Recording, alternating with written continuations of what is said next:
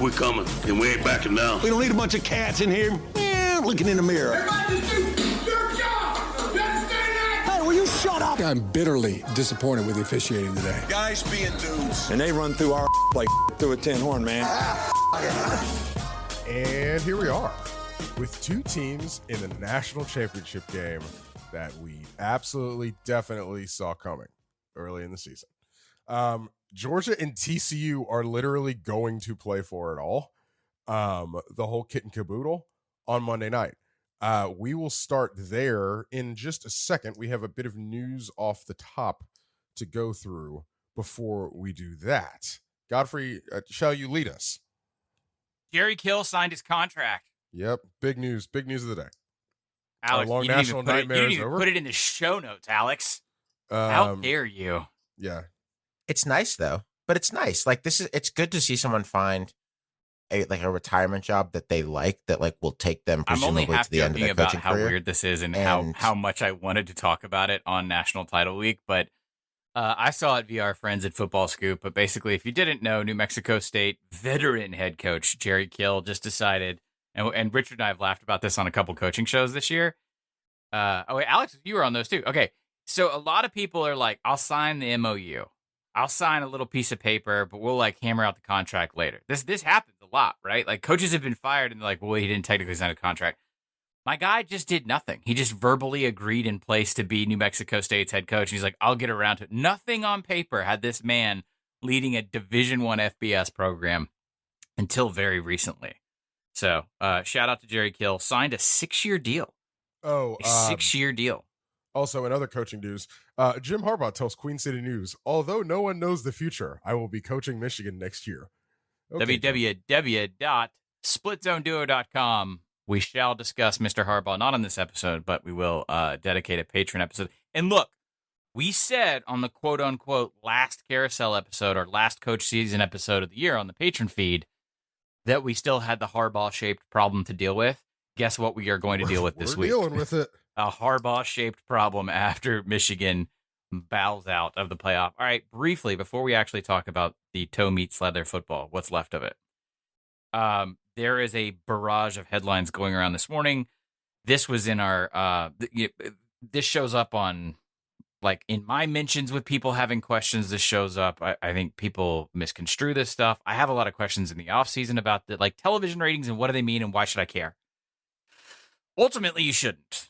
Doesn't really matter. But I do want to pay a little bit of attention to this because I don't know if y'all noticed, but we had 2 really, really good football games, but they were played on New Year's Eve. So how do you guys think it did on television? I don't know the answer. I'm guessing it did okay. Yeah, it did pretty well. It did good. It did good. It did good. From Front Office Sports, I'm just going to fire off their nut graph here. 2 of the best semifinal games in the modern college football playoff era generated big viewership numbers. Blah, blah, blah, blah, blah. So they averaged together 21.7 million viewers. That's up 28% over last season and the best in 5 years, according to Nielsen. If you don't know Nielsen, they do all the television ratings. This is very important because as viewership habits change across the world and live television becomes something of a, I mean, eventually it's going to be bygone. We're probably not going to be consuming but just a few things live simultaneously. But hopefully sports are one of those things. One of those things is on Monday night in the SEC Network. Sports is one of those things. Well, actually, Richard, maybe we can have a conversation another date.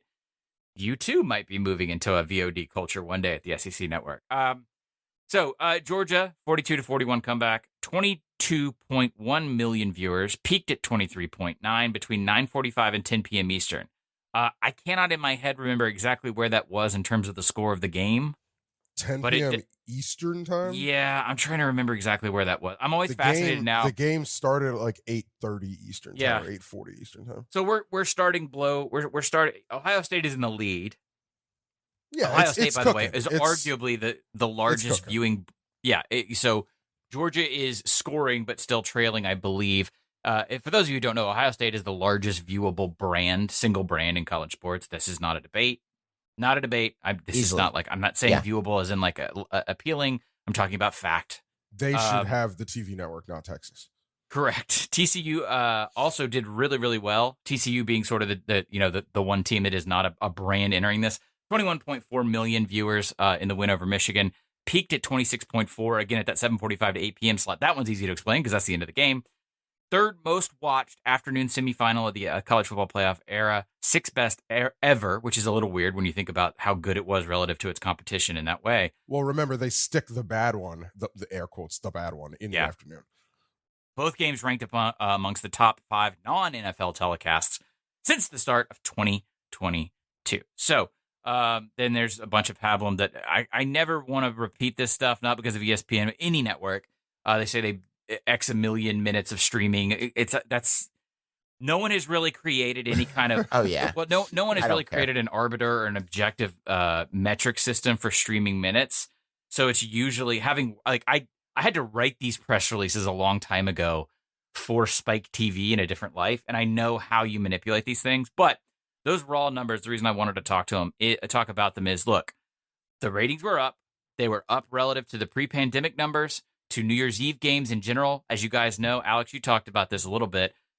I think it was in our preview show. Sometimes the semis fall on New Year's Eve. Sometimes they don't. It vastly changes the viewing habits of people who do not listen to Split Zone Duo. If they played this thing at 2 a.m. on Easter morning, we're going to be watching, right? I am not talking to our audience right now. So why does this affect us? Why are we talking about this at all then? College football cares a lot about the casual kind of window shopping viewer in these games. Yes. Because sidewalk fan. One of the things, again, to go back to the NFL that they've done so well is the Super Bowl has become a cultural event, not a sports event. One more time, a cultural event, not a sports event. You tune in. I know people who who actively dislike competitive sports, who tune into the Super Bowl to see the new Marvel trailer, right? That's the kind of power that the Super Bowl holds. Can college football do that? Probably not in our lifetime, but they want to create a more cemented, ritualized, easily understood playoff format, which is one of the reasons why we had expansion. So for falling on New Year's Eve, where you're going to have less viewers overall, does everyone understand why we have less viewers overall on New Year's Eve? Well, they lucked out here because I think so. Also. Yes. This is another thing I want to talk about, days of the week. But on New Year's Eve, what ESPN is assuming, and correctly so after looking at years and years of numbers, is there is some random Steelers or Patriots fan who does not care about college football, who, if they were hungover on their couch the next day, or they were home the night before, depending on how it falls on the calendar, there's a better chance that they would tune in and watch these games if it was not New Year's Eve and they were in a bar, they were at dinner, they were out with friends. Now, people have asked me, why were they so adherent when they first created this structure, when the playoff was conceived and they built out the schedule for 10, 12 years? Why did they lock in New Year's Eve? Okay. It's probably just because, if I just, you know how people are like, oh, okay, the Civil War was there's 9 different factors and it had to do with trade routes, and you can just say slavery. You can just say slavery. So you can just say the Rose Bowl. You can just say the Rose Bowl. Okay, good. I didn't know if you could look. There's 9 different answers here. States' rights and an agrarian population. No, it's just a Rose Bowl. Okay, it's just a Rose Bowl because enjoy your fucking sunset. Exact. Damn. Wow. I've converted him, and I don't know what to do with the power I have. It is the Rose Bowl. It is an arbitrary exhibition game, which, by the way, I saw another woe is the world column from Dodd. Shout out, Dennis. Come on, Dennis.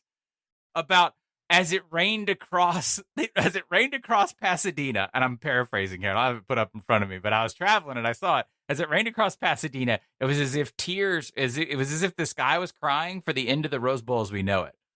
What the fuck? A January football game that actually matters. So, nice. A January football game that actually hang matters. On. I'm going to bring it back to hang on. This is what happens when I go. organize a segment, by the way. There's a couple points I want to hit. So you're asking, why are we talking about this? Good football creates good numbers, flat out. The reason why ESPN publicized those, hey, this is when it peaked numbers, is to show that, hey, when you don't have a 35-0 blowout or whatever that Ohio State Clemson score was one year, it helps. It helps a lot. It helps casual viewer engagement. I would also argue that the style of football being played, and maybe, Richard, we can talk about this on a later date, the style of football being played here, which is sort of the predominant style of the day in college football, it really helps. Yeah, I would it's guess interesting that 7:45. Yeah, I would guess that 7:45 to 8 number was right during or right after that third quarter when they were fucking, trading punches. Absolutely. And so it also helps, and this is just a fact of life, and I don't love it as Mr. G5. 3 of the 4 teams playing were 3 of the 4 highest rated teams over the last 3 years, according to Nielsen. Yeah, I think and it was also I think it was 247 or Saturday Down South that aggregated that. I want to give them credit. Also, you kind of have a bigger swath of the country. I don't completely buy into like when you have 2 SEC teams, it like tanks, like yada yada yada. But Well, yeah, it does, you though. you have Texas, Yeah. the Midwest, and the South here. You got Yes. a triumvirate. Next question is going to be, well, what does TCU do? Okay, here's what TCU does. It will draw in, because it's the national title, it's going to draw in intrigue. Okay, would it be better if it was Michigan and Georgia? Absolutely, like inarguably, in terms of a rating sense, okay? But it's basically going to get 25. You could put a piece of shit on the field, and it's going to be at like 25. Like it's Last the year was national down. championship game. Yeah, last year was down considerably. I believe it was 26%, excluding the COVID dip, because you had Alabama and Ohio State during COVID, and that was down, I think, 18 or 19%. But that's also what we've learned about COVID was no one was in a traditional viewing. No one knew what day of the week it was. Basically, like you can't use the COVID year as an example. You have large brands that helped. New Year's Eve hurt. TLDR here, get off New Year's. Get off New Year's, because what the 1 or 2 people that I texted about with this is that it could have been bigger. These legendary games that we're going to talk about for a long time could have had a larger raw number of overall interested people. Why does that affect you as a college football fan? These moments and these games specifically are what draw the number up or down when you're negotiating for rights deals. There is a trickle-down effect to a degree on your coaching staff, your NIL, et cetera, et cetera, et cetera, et cetera, et cetera. So that's why I wanted to bring it up. And the easiest way to get big ratings is to put the game on New Year's Day. Yes. Or one of these, however they orient it, on New Year's Day. TCU, Georgia, short of a total blowout. But like, let's just say Georgia were to rout them, hypothetically, will probably draw a bigger number than last year's national title game, because this is not anti-SEC. It's just when you overlay the Alabama fan base and you overlay the Georgia fan base on like a heat map, you're going to see the same part of the country line up. I'm slapping my hands together because it's a visual medium. Ideally, probably if you had Alabama or Georgia versus Ohio State all the time, or Michigan, that would be probably the best ratings possible. Well, actually, maybe if you threw in a Notre Dame in there. By the way, do you guys know what the number 1 regular season game was this year? No, what was it? Ohio State, Michigan. He's correct. You know what the number 2 was? No. Texas, Alabama. Tennessee, Georgia. I don't Tennessee, shout out to the Vols. Okay, The actually, Vols that makes- show up in 2 of the top 3 games this year. 13 and 11.56 million against their arguably the regular season game of the year was Alabama, Tennessee. So yeah, shout out to the Vols. I just wanted to say a nice thing about Tennessee before we moved on. All right. The national title game, our vested interest, or also our Nokian road trip of the week, obviously. Nokiantires.com/SZD. If you want to start your year on a great pair of tires, you can head in there, you can enter your road trip, and you can get a chance to win a free set, which is a great way to start the new year, if you're asking me. Okay. Georgia, TCU.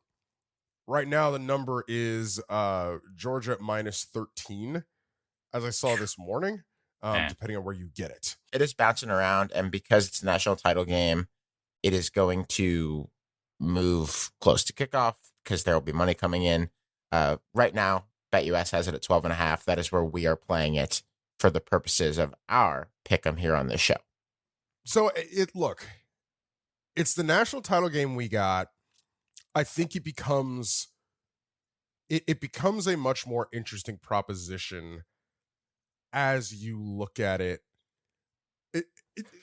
Obviously after the exact way the semifinals went, I think in my mind it changed the proposition of the game, and make it a lot more interesting. Alex? I agree with you. I think that particularly you would get more of the idea after watching the semifinals that TCU might be able to thump with these guys and that Georgia's defense might not be so infallible. But I do have a question about that. And actually I have a couple of questions for the two of you that I think might be a decent way to guide us through this game. Shall we? All right. Number one, I think this is a potentially defining question for this game. does TCU have enough skill position weapons? And also noting that we don't know Kendre Miller's health for this game, the running back for TCU. Do they have enough skill position weapons to mess with Georgia like Ohio State did? Note that Emeka Egbuka had a $112 and Julian Fleming had 72 yards, both with good catch and target numbers. Obviously, Marvin Harrison Jr. was the guy, but even when he got hurt in that game, there were other guys making plays. On the other hand, I'm not saying that TCU is a one-man shop at wide receiver, but I'm just saying that if you went through this entire season and didn't learn the name of a single other wideout on that team, or maybe just Tate Barbers, that was probably pretty reasonable because they're a one-man shop at wide receiver. You just described me. Do we think they have? We think they have enough? Okay, before I answer, do we think they have enough? And I'm basically going to do a small bit and then throw it to Richard, who's smarter about this. Are we thinking that Darnell Washington is playing? I think you have to. I think we can be safe to say he's gonna play. That's not reporting. Oh, That's okay. kind of just like a. You're feeling. You're thinking / feeling. You're not knowing. Yeah, and I think we will get to this. It is a different proposition with and without him, but continue. I would say that the gap is closer without him for obvious reasons. I would still give the edge to Georgia from a skill position personnel standpoint. Although I think that as I speak, I'm sort of talking. Your next question, Alex, is going to inform this. I'm going to go Georgia slight edge and not say anything else because I'll explain myself in a second. Well, but that's not even exactly what. Okay, that's not even exactly what I'm asking though. I'm just curious, like to hang. Yes, the last two teams that have really done a number on Georgia's defense are Alabama in the 21 SEC championship game, and Kent State in this playoff game again. And both, all right, come on, so-called G5 guys, and here we are again. Unbelievable. Anti-Sean Lewis, which means you're anti-Dion, Alex. I don't know what your problem is. Both of those teams, remember, this was Alabama with Mechie and Williams before those two receivers got hurt. They lit them up. Ohio State had 2 or 3 really good receivers, including the best one in the country, and kind of lit them up. But TCU only has 1. So, Richard, do you think that that Garrett Riley and Sonny Dykes can draw up the kind of game plan here that covers up for the fact that Georgia simply has more good defensive backs than TCU has good receivers? I'm not terribly worried about Kendre Miller versus Emery DeMarcado. Like, yes, you would like Kendre Miller to play in this football game. Okay, yes.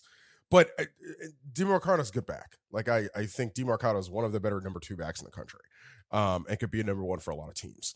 It is going to be, first of all, the obvious is, how does the matchup on the interior of TCU's offensive line dictate this game? I thought TCU's offensive line played really well on Saturday night, particularly the interior against Mozzie Smith, Chris Jenkins. Again, you're going to have to deal with number 88.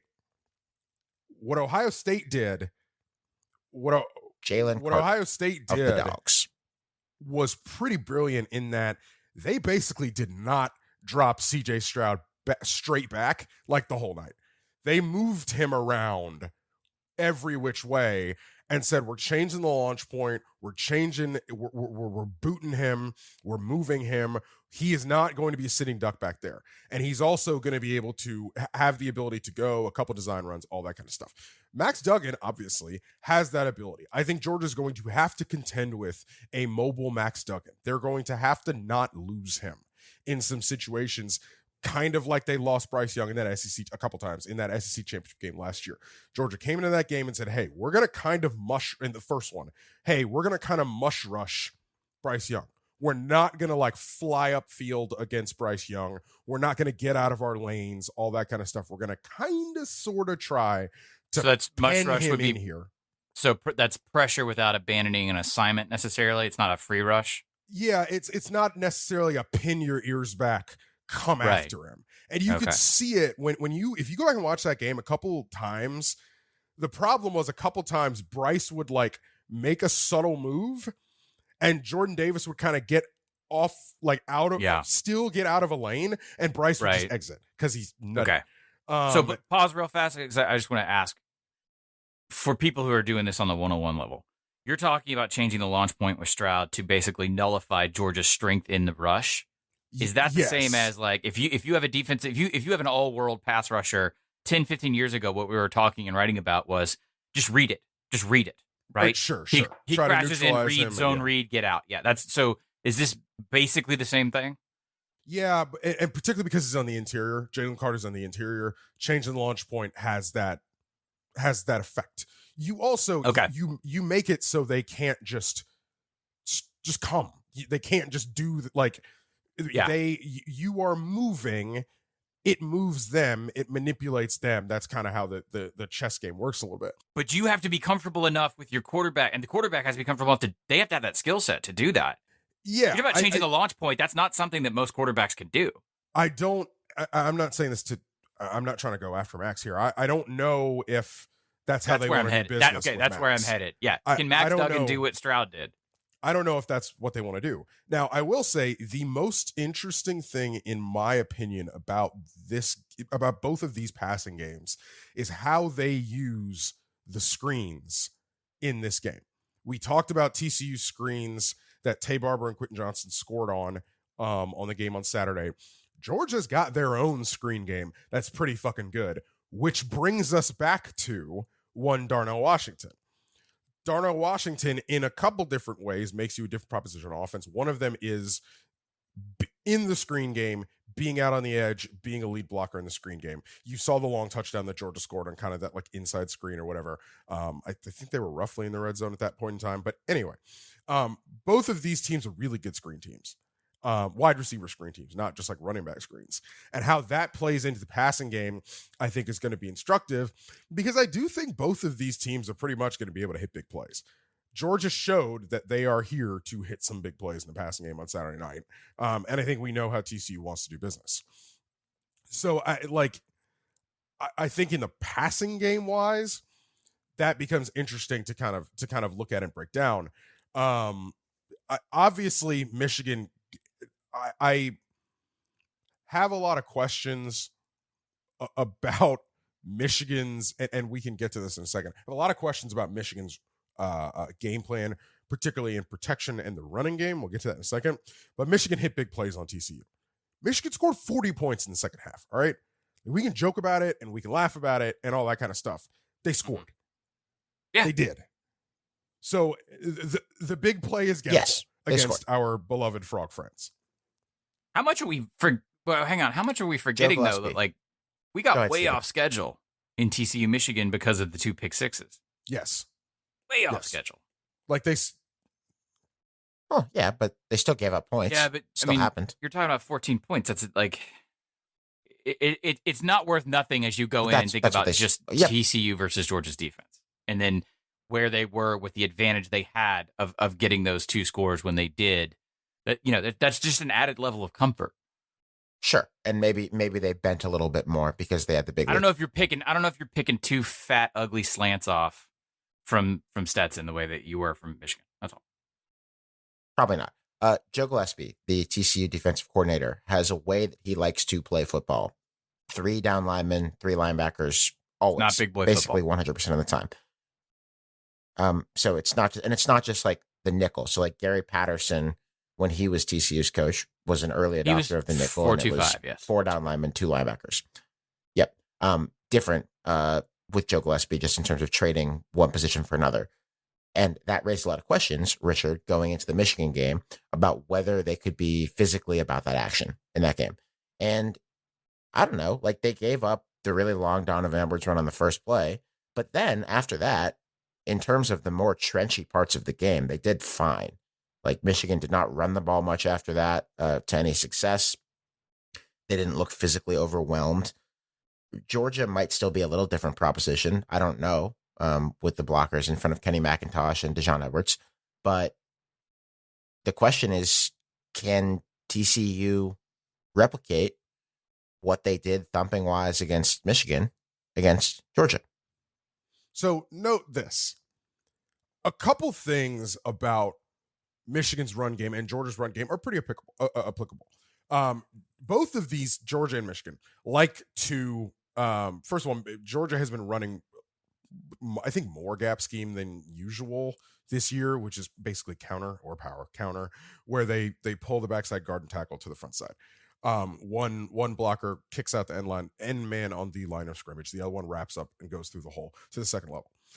The other thing Georgia's been doing a lot more that Michigan does a fuck ton is pin pull, which is like you have a tight end or a wide receiver who can kind of like crack the end man in the line of scrimmage inside the box, and it allows a guard or a tackle or a guard and a tackle on the front side of the run to pull around that tight end, and you kind of get the corner and you get out the gate to the corner. Now, Michigan ran into problems because Michigan ran into problems on Saturday night with these types of runs because TCU was frankly pretty insane at how they bring. So when you've got 3 down linemen, it's a different proposition to block against because of how the second and third level defenders fit the run. If you've got a 3-3 box or a 3-2 box, it does not take a rocket science to know that 3 + 2 is 5, 4 + 2 is 6. You are down a hat in the run game, in air quotes. Everybody knows it. You're whoever person who doesn't ever watch football who you're watching the game with can look at the screen and say, oh, there's not many people in the box for TCU. You should probably run into that. That's what TCU wants.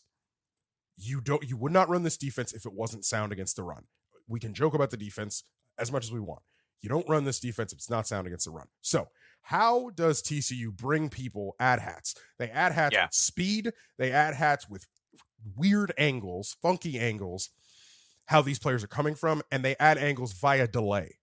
If you watch the Fiesta Bowl, how TCU's second and third level defenders come down is as important as how quickly and where they come down from. That's the thing that Michigan, in my opinion, never really figured out in the run game until the second half. Now, some of that game script dependent, they kind of got away from the run a little bit in the third quarter, but yada, yada, yada. But when Michigan was in their gap scheme stuff, trying to run their gap scheme stuff, they never really were able to adjust to how those second and third level defenders came, and it showed up in kind of like backdooring some of the pullers because the timing of everything was weird and different and odd. Like, I'm not telling Georgia not to run pin pull and not to run sweep stuff and not to run gap scheme stuff, but I do wonder if Georgia's going to do that, perhaps they add misdirection going the other way, right? So let's say because Michigan did do that a couple times and it did work. So let's say you're running I'm trying to make this as simple as possible. Let's say you're running counter to the right. So left guard, left tackle pulling to the right. DeJuan Edwards is going to the right. Okay. Maybe TCU is going to trigger on that a weird or a hard way that's going to screw you up. So maybe to hold their eyes, you pull a slot receiver. You pull Brock Bowers from the right side, and Stetson may fake the handoff to Brock Bowers to where people think, oh, it may be jet sweep to Brock Bowers, but it's actually counter out the gate, and you hold the eyes of those defenders, and you're able to get the angles in the blocking game to seal that off, and you go out the gate to the right, and DeJuan Edwards scores or whatever. That's a fanciful way to put it, but I'm thinking that's how one way you could do it. The other thing is just run zone. Like, you don't run a lot of gap stuff. You just run zone, which you would think conceivably potentially could kind of take care of some of that stuff as well, because your eyes are more up and it's just a little bit of a blocking angle and blocking technique. How Georgia gets after TCU in the run game is going to be really, really fascinating. And I don't, with Darnell Washington potentially not playing, it also adds a little bit here, because with Darnell Washington out, you don't have a sixth offensive lineman like that guy is. Right. So if you expected, if Darnell Washington doesn't play or isn't healthy, that you would generally see one fewer tight end on the field for Georgia, and that would play into Not TCU's hands here to some extent. Number 4, whatever his name is. They've got a few Also, they got Brock Bowers, who obviously they'd rather Well, he not can be block, blocking but because Brock he's can Brock block Bowers. now. But yes, he can. But no, he can block. I'm just saying, Richard, as you would say, you're an asshole if you make that guy block the whole game. I just double checked by the way. They did play a 3-3-5 this year. New Mississippi State head coach Zach Arnett, 3-3-5 proponent. It did not matter. By the way, it didn't. And how did that game really, go? 45. I actually don't remember. I know they won. By the way, Kirby said that that's pretty much Okay, applicable. okay. To be fair, What is it? that game? He's already said that. Yes, he said that yesterday. Okay. I would do agree think with him. I was just looking to see if they'd seen it all year. If you don't have Darnell Washington, then you may actually see that second half Georgia where Georgia was coming back anyway, right? Yeah. And they're running kind of more spread stuff. I mean, that's like they're running more spread-ish offense is kind of what it amounts to.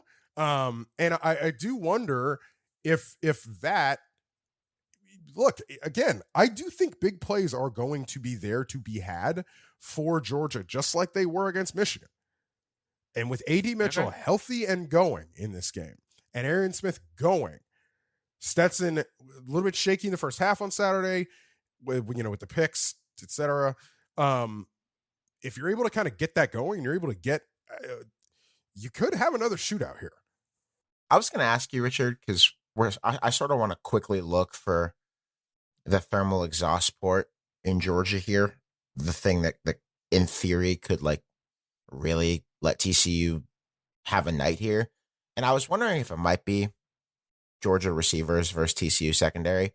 TCU secondary is really good. Several of them are really, really good players. Josh Newton, Travius Hodges-Tomlinson, Bud Clark had the first pick six in that last game against Michigan. A linebacker, D. Winters, had the other one.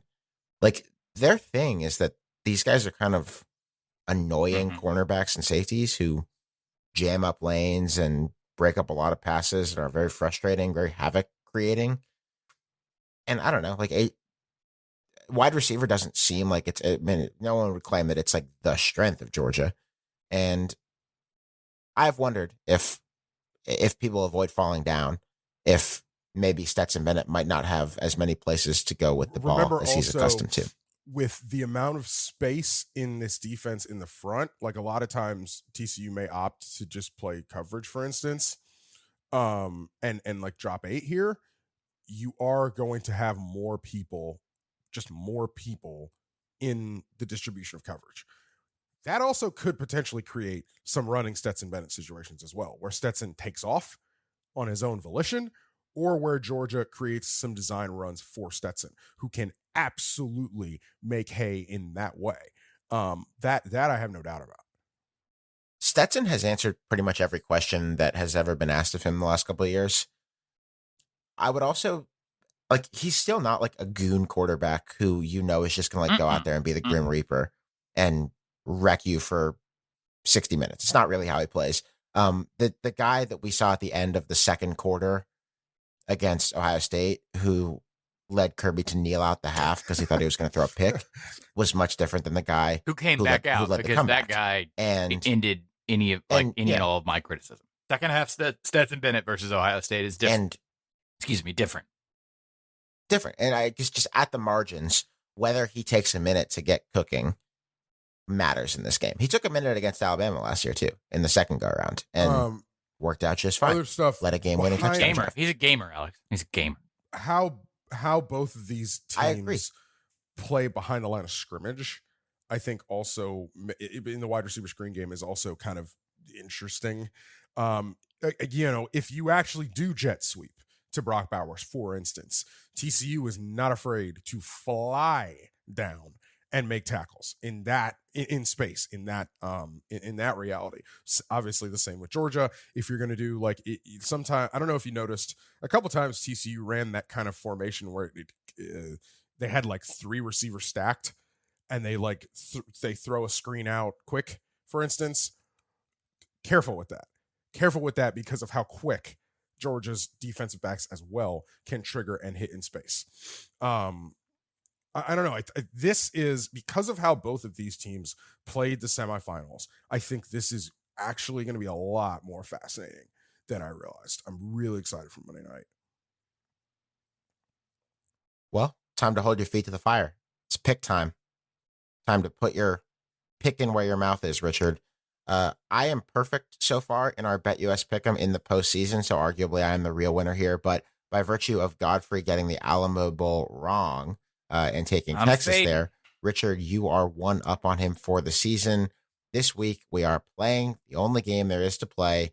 12.5 is the number we're going to play it at. Again, it will move. It's a national title game, a lot of eyeballs. But let's do it. The Twitter voters who have not had the best year like TCU 12.5. I like TCU getting 12.5 as well. I think I'm taking TCU. I think I'm taking TCU, but I don't feel awesome about it.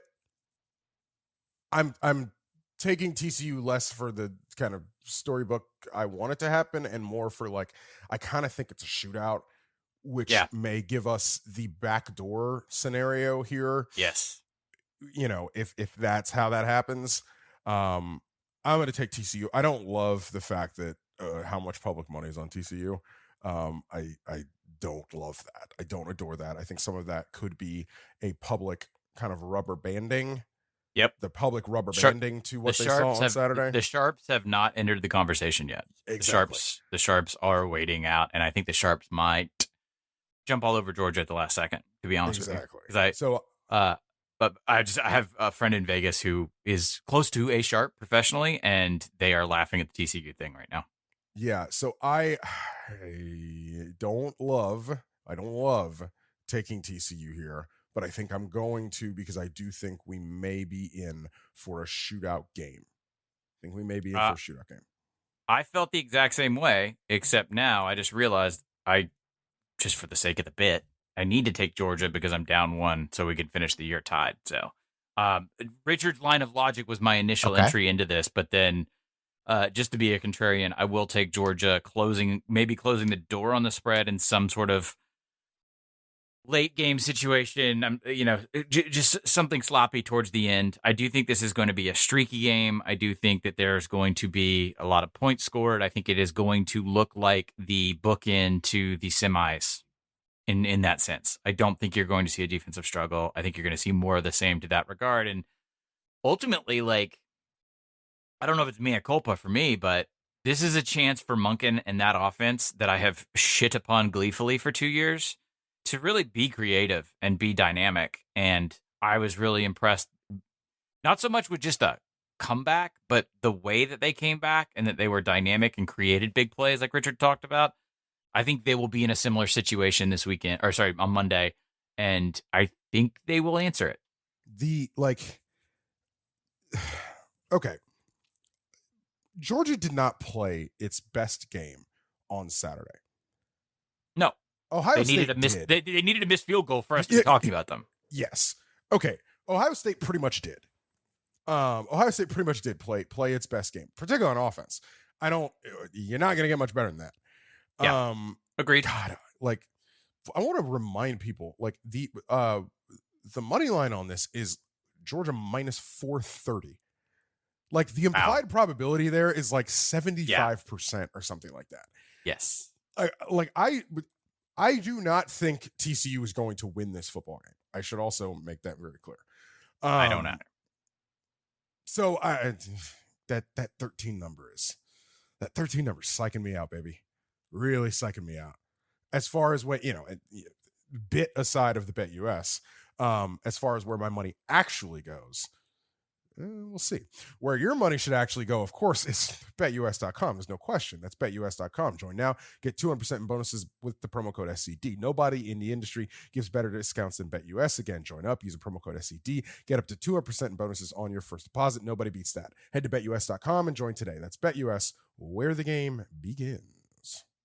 Referenda time. The New Year Six has been played. These are big bowl games. We preview them, but we want to make sure we kind of close the loop on them before the season's over, before we obviously get into conference review season. So 6 games. Want to get an impression from somebody on every team that participated in one of these 6 games. We will start with the Orange Bowl. Richard, I'm giving you the Tennessee half of this game. Give me your most interesting Vol takeaway from beating Clemson in Miami and finishing this resurgent season on a pretty high note. Yeah, the vibes are going to be insane in Knoxville all summer. Insane. Oh boy. I mean, really and truly. Oh boy. We're gonna get a summer. We're gonna get a Tennessee summer like we have not gotten in quite some time. I mean, I quite some time. Yeah, good luck with that, Godfrey. That's your own fault. Your own problem, I should say. I'm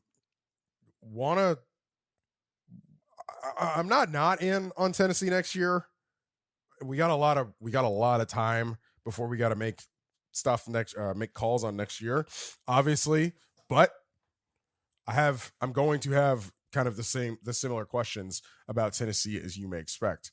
I want to see what's going to happen with Tennessee's offensive line, by the way, heading into next year, among other things. Joe Milton, a lot of fun. His resurgence is a lot of fun. Them figuring out a way to get his hand cannon to be reined in was one of the better parts of Friday night, whenever the hell that was. So let's see how Tennessee handles this. Let's see how Tennessee handles this summer, because I don't know if we've seen anything like it out of Knoxville. On the other side of that game, we said it a lot before the year. Dabo gets the benefit of the doubt on how he's running Clemson. A large-scale ignorance of the transfer portal, internal promotions of staffers rather than going outside the building. Most notably, I think Brandon Streeter becoming the offensive coordinator once Tony Elliott joined Jeff Scott out the door in a head coaching opportunity. And, he gets the benefit of the doubt. You win 2 national championships. You become the best program by a mile in your conference. Okay, you have a bit of a down year. You get the benefit of the doubt. He got it. It didn't work. They lost 3 of their last 6 games. One of them was an absolute blowout against Notre Dame. This one was verging on blowout by the end of it. Also lose a rivalry game at home to South Carolina, which doesn't beat you very much in this era. Nobody can force him to do anything or to change anything. He has all the leverage. He's a lifetime coach at that school if he wants to be. We all understand that. But I think they're busted as the team they've been if he doesn't change things philosophically. Like, the problem is, Alex, when we get in the 12-team playoff world, they're still going to they will still make the playoff. But we know this about the 12-team playoff. Congrats. You're not winning as the 7 seed. You're certainly not winning as the 12 seed, and I don't think you're winning as a 7 or 8 seed. How much do you believe in 10-win Florida State, I guess? It's just, if you want to be what you have been, what you particularly were in 16 and 18, but also in 15 and 17, the years that you lost to Alabama, you have to change with the times. Like, we talk about this with every coach. It's Nick Saban's defining genius. It's the thing that every good coach has done when they've had to do in the history of the sport. And we're going to have to, Alex, we're going to have to move this up, like the segment, because you and I feel like are chomping at the bit to close the book on this era. I'm not closing the book. I'm saying he has to change a bit. He's not gonna. Okay. I think we're. I mean, I don't know. I keep feeling like this is his own show. We have to wait till the off season. But yeah, like, can you name me why you're excited? Or no, scratch that. Can you name me why? Can you name a reason why Clemson is in the national title game in the next 2 to 3 years? Title game. Besides Kate Klubnik making the step in air quotes. Oh, because by the way, the offense, like a Trevor Lawrence, the offense step has not shown that it can operate at anything close to an elite level without a Trevor Lawrence, Deshaun Watson level college football player leading it. I mean, of course, it's going to be better when you have those players. We're seeing a fundamental ground shifting change in the way in which personnel is acquired, and not only has Clemson failed to adjust, they have looked at the ground shifting beneath their feet and pointed at it and said, "Heretic." Also, he is getting more into NIL. Yes, they're slow on the uptick, but he is being a participant in that. Also, Another big asset to Clemson's 2015 to now run has been Florida State fucking around. Miami, not even really fucking around. Both of those teams complete Lord. non-factors. Just Miami, And period. do you think that is likely to continue with both of those teams for more than another year? I mean, FSU won 10 games this year. It's over there. Who else was slow getting up on something? That's our Lord and Savior. All right, I want you to think Anyway, about that. Clemson needs Literally, changes. Jesus Things Christ.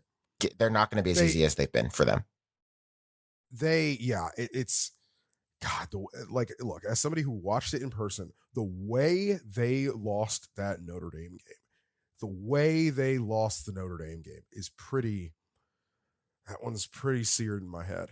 Have you ever seen a multi-title winning program so identifiably ending an era where you can go like shot call? I mean, if they don't make changes, we'll see if they make changes.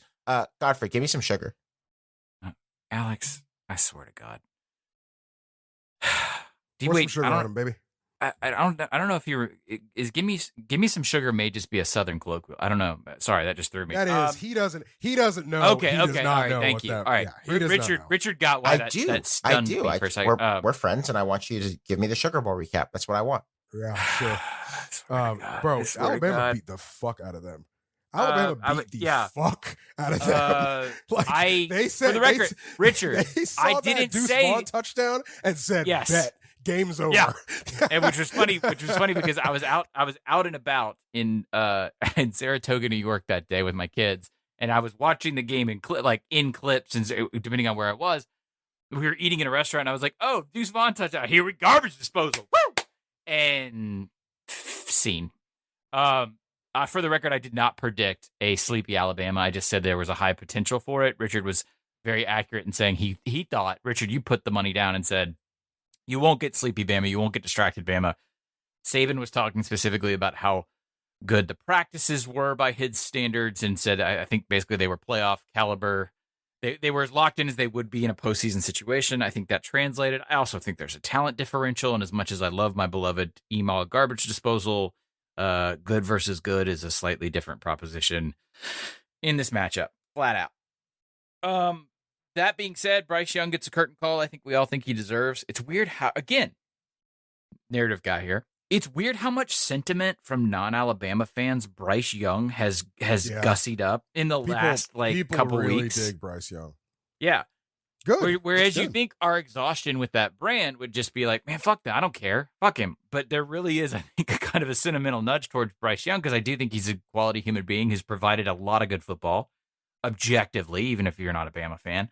And yes, he does sort of sit outside a Bama pantheon.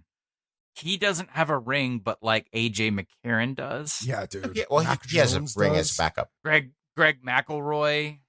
Like, He has one from 2020. Okay, I know, yes, but- but you know what we mean. I Yes. do. I'm just saying, at least he has You something. know what we mean. Mac Jones. Like, it's weird. It's weird. Okay. By the way, I just want to point out for all the code word here, changes in athletic dynamic at the quarterback position that the national title game is about to be played by two dudes who I'm pretty sure, even at 41, I could throw out of a bar for trying to steal something out of a Golden Tee machine. Like, I just don't wanna know, throw man. that out Max there. is pretty solid. Max is Is pretty he stout? Yeah, Max he does. He looks country strong. And again, Yeah, this is white boy phraseology here. But when you work in a bar and you see some guy, you're like, oh shit, he's country strong. I do not want to have to deal with him tonight. Yeah, Max is Usually Max the dude got is some thick to 5'8" him. with a cauliflower ear.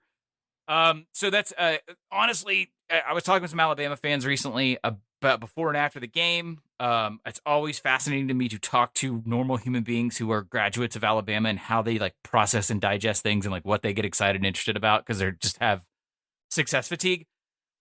It's all about coordinator changes. I've had more people outside the industry who I know in real life text me about the Alabama coordinator situation. Both of them. We're gonna talk about it. We're gonna watch it. When Richard and I get back from convention, we're probably gonna have a coordinator specific wrap up on. There's a lot of stuff happening as we speak in the coordinator assistant world, and that's really just starting to churn because signing's over and most of the bowls are over. That is all that really the Alabama ecosystem and universe is worried about right now. By the way, if you didn't notice, totally reloaded in recruiting. Everything is fine there. I was shocked by how they really used this game, guys, to like just reinstate a sense of calm after a year in which they lost one too many games. That's it. One too many games. So that's the only thing I drew away from it in an Alabama sense, but I want to impart that by not taking anything unique away from this game is what Alabama needed to do. They needed to just be businesslike, and they were. Look, Kansas State, I'm sure we all expect Kansas State to be in or around the Big 12 championship game yet again next season. I think they will be a different. Does Adrian Martinez have any eligibility left? No, right? This has got to be the Will Howard show, right? He is 36. You got to think that Adrian is out of eligibility because he played he had a full battery. Yeah. He had a full 4 years at Nebraska. You got to think that having played 5 very full college football seasons now, that's it. But nowadays, I never know. That enough is enough? I never know. Yeah, I never know. Yeah, no I never really know. But it would appear that he is out of eligibility. But it's I'll believe this. I finally think Sean Clifford is out of eligibility because after reading about it all year, I'm not sure. They said, "Hey, that's the end of your career, man." But you don't know. You don't know. Eligibility is very gettable these days. Yeah. Stetson Bennett next year. Can't wait. Okay. The Will Howard show begins for them next year. Okay. Okay. Without Deuce Vaughn as a bailout, with that, okay. I don't know if Malik Knowles has any eligibility left. Again, that's an eligibility question. So what does Kansas State pivot to? I have supreme trust that they will figure out how to run the ball, that they will figure out how to still be effective at large personnel. I think that will help them, help take pressure off Will Howard, and help Will Howard kind of be his best self as a drop back passer heading into the future of Kansas State. But this is a point where, they're pivoting. I think they're pivoting away from something of a QB-centric run game that they had with Adrian Martinez when he was healthy, and what they will be in the future of the Big 12. I think is going to be fascinating because, do we expect Oklahoma to suck forever? I know they're not going to be around for a long time, but I mean it next year. Do you expect Oklahoma to still suck next year? Do you expect Texas to not figure it out again next year? Probably. Texas. Do we expect? So remember, Kansas State holds a place in the Big 12 right now that because of the parity in the conference, you may not be that next year. We've had 4 different teams play that conference title game in the last 2 years. On January 2nd, I had a hell of a day, fellas. Early, I went to see Avatar in theaters. Love this film. Thought it was very good. Got out of that movie to go and watch another movie. And that was the movie unfolding at the Cotton Bowl, where Tulane beat USC to win another, I think the 3rd of these New Year's Six Bowls for the American Athletic Conference. So this was, it was a very exciting game. And Tulane, kind of Michael Pratt, the Tulane quarterback and the Tulane offense sort of got some poetic justice on Lincoln Riley after falling just short of getting them on a last drive against Oklahoma last year. They get a heroic last drive, including Pratt picking up a 4th down that he had just missed the year before against Oklahoma when they were looking for a blue blood victory. They score a touchdown in the last, 30 seconds or less, kick the extra point for the win. It's a very good game. It unfolded, I think, kind of the way we thought it might, which was that Tyjae Spears was going to run for a ton of yards, and he did. I think the Tulane takeaway is that this was a big boy ass season. Remember, they beat K-State back when nobody thought K-State was going to be the Big 12 champ, but then they did become that. They beat all 3 of the schools that are leaving the American for the Big 12. UCF fans will get very salty if you say that. That's so huge. UCF fans will get super salty about that because they feel that if you don't lead with, but UCF beat them the first time with a healthier quarterback situation, that you are misrepresenting the facts. Sorry, UCF fans, you were beaten in the conference championship game by Tulane. Take it to space, you fucking nerds. And then they beat the Heisman winner, just crowned. And Caleb Williams looked fairly healthy in this game. I know that was a question coming in, but they beat him in this game. They beat an 11-win USC that less than a month ago was the odds-on 4 seed in the college football playoff. And they did it with style. I also think forward-looking, Michael Pratt, the quarterback, coming back Willie Fritz coming back, didn't go to Georgia Tech. Tajay Spears will go, but there will be players here. You have to see Tulane as a high-end competitor in the new AAC going forward. They're in the kind of position. Georgia Tech, how'd you fuck? Sorry, didn't mean to jump you out with a joke, but Georgia Tech, how did you fuck that up? They're in this position that a couple of years ago you might have thought that like Memphis would be in. That's where Tulane is right now, like looking like a team that could be at the top of this newly comprised conference. And I think it's a very encouraging time for Tulane. For USC, I don't take a huge amount away from this. I'm not selling stock going into next year, but it is indicative of a problem they had all season, which was that the lines just were not caught up to the rest of the team. And particularly on the defensive line, they just didn't have enough pieces. They had a few really good ones, but they just didn't have enough people to reliably shut down good running attacks. And that got them into trouble in this game, but it doesn't change. I don't know. Richard, tell me if I'm wrong, but I'm not selling. I'm holding my USC stock going into next year. Yeah, certainly. So I certainly, we will be holding the line on USC. Figure out the lines, particularly on defense. Figure out how to tackle. Yeah, all the above. Besides that, yeah, I'm sure that next year is going to be the year that Alex Grinch figures out how to have a good defense. So it's going to happen. Rose Bowl. Besides that, before I yell at you, go ahead. Well, I was just going to make the point. I don't think USC plays much of anybody out of conference, by the way. So just kind of keep that outside of Notre Dame. Yeah, outside of Notre Dame. So just keep that in mind as we head into the long. I just put up the thing. They do draw Washington. So it's going to be, but yes, we are going to have a summer. We're going to have a summer of USC fucking expectations. San Jose State erasure. Kick it off. Yeah, no, it's not pillowy soft, but it's a Pac-12 schedule. Before I get into complaining why I was not allowed on the ground level of 2023 Penn State hype, I don't know why. There was a meeting between Alex and Richard that I was just excluded from. I feel a little pissed off about that. I have a question. Of the New Year's Six winners, if we were in a bracket right now, advancing teams, would you feel more scared about playing Alabama or Penn State right now? Come on. I'm not answering that, and you know the answer. I'm also not answering that. I want to put this in context. That's why I'm asking. I already know the answer. Thank you. Okay. We are in a weird space already, and it is, as I record this, the morning of the 4th of January, folks. This is not anti-PSU rhetoric. You can, if you need that, just the Yinzer will provide it. What am I doing? Okay? I'm in. I've said I'm a believer. No, that's your deceptive liberal media bias where you never cop to it. Okay. I also am wondering if there's a long play here with Alex and Penn State in the background. Oh yeah. Oh, without a doubt. It's Skunkworks. It's Skunkworks for sure. Between now I and know next what November. Kirshner's doing. I know what he's doing. Anyway, my point is this. Let's all take a breath. Cam Rising was injured in the Rose Bowl. I cannot effectively tell you that this was the same Utah that took a ball peen hammer out and beat the shit out of everyone that they needed to in the Pac-12, that did it to Oregon twice last year, that did it to USC in the conference. No, this was a different Utah. However, it was nice to see Sean Clifford go out on a high note. My favorite response to this was Michael Weinrab, longtime college football writer, who said, Sean Clifford's career is like a Russian novel in that it's been insanely long, had brilliant passages, and I'm still not sure I understand any of it. I think that is as accurate an assessment of Clifford's career as you could find. There were some really exciting things inside the Rose Bowl, regardless of the Utah situation, if you are a Penn State fan. Full stop. We can all agree on that. I did not watch the entirety of this game, but in watching it and reading about it, I get it. You're excited about Nick Singleton? You should be.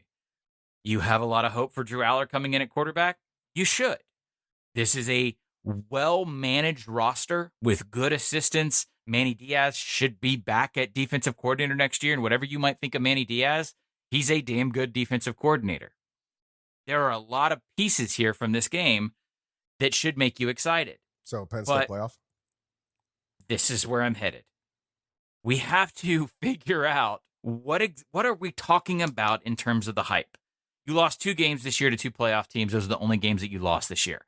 The problem is the name of those playoff teams. The problem is where they are in the conference and where they are in the division. Much like we discussed Ohio State, boys, and the fact that you can be Ryan Day and have 4, 5, 6 now career losses. And the problem is 2 of them are to Michigan. and all of a sudden you are null and void in the eyes of your fan base. There really was a malaise that had swept over Penn State fans with regard to Franklin and this era where they were just consistently good enough to avoid sort of external anger. It was more just internal frustration. Yeah, because they beat Ohio State every now and then. Right, obviously they won the Big Ten that one year. Yes, but the last time I was in Happy Valley, and Saquon and Trace were beating the brakes off of Michigan, and Joe Moorhead was calling those plays. Since that time, I'll generously describe it as a malaise relative to Ohio State and Michigan. In fact, I said on this show, and I still feel this way even after the Rose Bowl, that Penn State should not be in the conversation when you say Ohio State, Michigan, Penn State. It should be Ohio State, Michigan, comma, Penn State, comma. Sure. They're a very clear second tier on their own in the Big Ten right now. Yes, everyone knows. I, unlike the deceptive Mr. Kirshner, am trying to do you a favor in Happy Valley right now. Let's couch it for a second and let's build context over the offseason as to what it is we're talking about when we're talking about 23 hype. Right now, there are going to be 3 Big East teams in the top 10, if not probably the Big top East, 5 or 6. Yeah. I know. I know. I'm what having he fun. means. Remember, I'll be honest.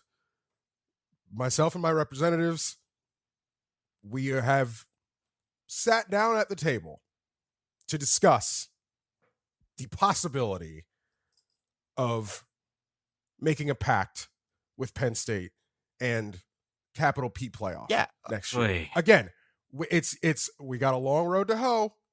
There is no agreement in principle. My representatives are working on my behalf. And we'll see. It's at Columbus, Michigan at home, in case you're wondering, and I know you are. And then, by the way, it's also UMass, West Virginia, and Delaware, all at home. Again, my representatives are working on my behalf.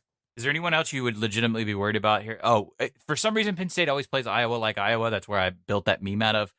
But that only happens in Iowa. That one's in Happy Valley. It's oh man, I should stop talking because it's just shaping up. Yeah, it's. I think they're going to be good. Man. Just calm down for your own sake. Just calm down. I think 10-2 is what they should do, and if they picked off one of the big boys next year, I don't think that would shock me, especially because it's a Ohio State QB reload year, so there's a little variable there. Alex Kirshner's out to kill you. Don't forget that. On the other side of this game, Utah finally looked like by rights they probably should have looked for more of the season. A lot missing on offense. Yeah. Remember, like Brent Keithy's been gone most of the year. Tavion Thomas wasn't there. They have had absences, and the defense was not as technically sound as it usually is. They had some bad fits, some weird angles, some guys in the wrong places. Looked very awkward on the 87-yard Nick Singleton touchdown run. Not a big deal for any future considerations. We are done understating Utah, but that run is nice, and it's also not worth dwelling on for either side. How's that? I mean, Penn State's going to have really good running backs again next year, but yes.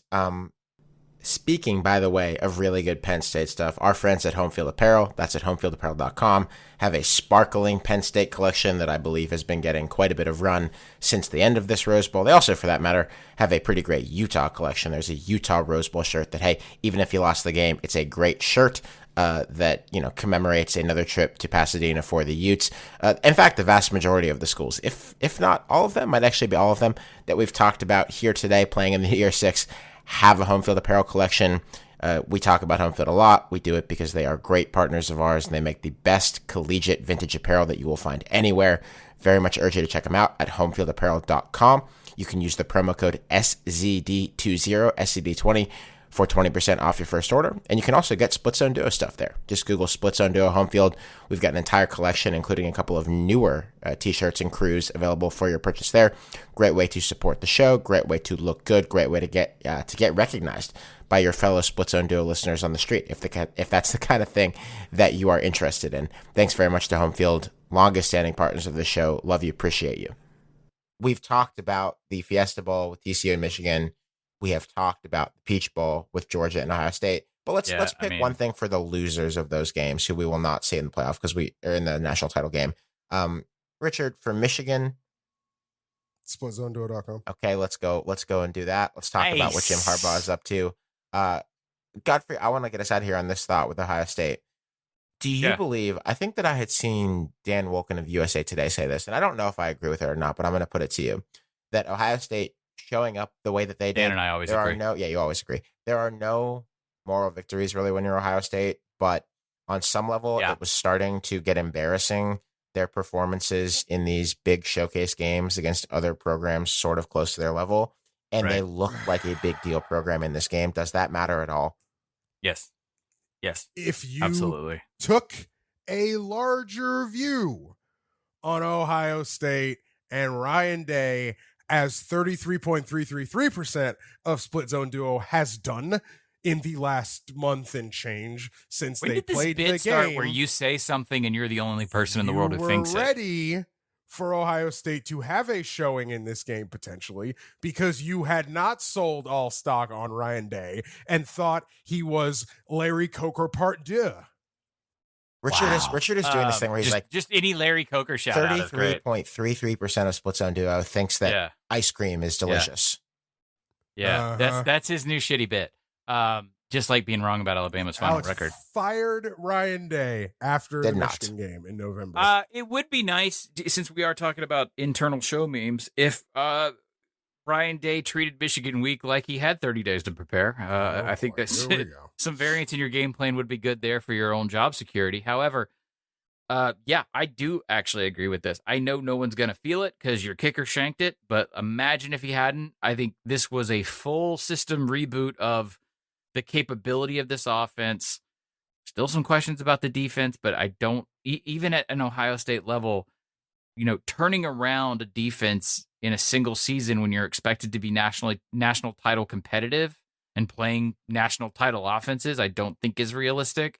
They did a great job of turning it around this year. It's just not a completed process, in my opinion. Yes, I think you should take away positives. No, I don't expect you to, because yes, you are Ohio State's fan base. Who is playing quarterback for Ohio State next year? That is one thing we do need to talk about sometimes over the next few months. I think we will establish that then. Also, I should say, as we get out of here, that I think on the Patreon show over the weekend, I misstated. I thought that Ohio State had been out of timeouts on the very final drive against Michigan when they wound up stalling out at the 32. I think they had one left, and I think that slightly takes away from Ryan Day's case for those last few play calls. But anyway, we're not firing him. Get ready for a very fun 2023. If I misstated anything on the Patreon, I don't remember, so I don't care. But thank you for listening.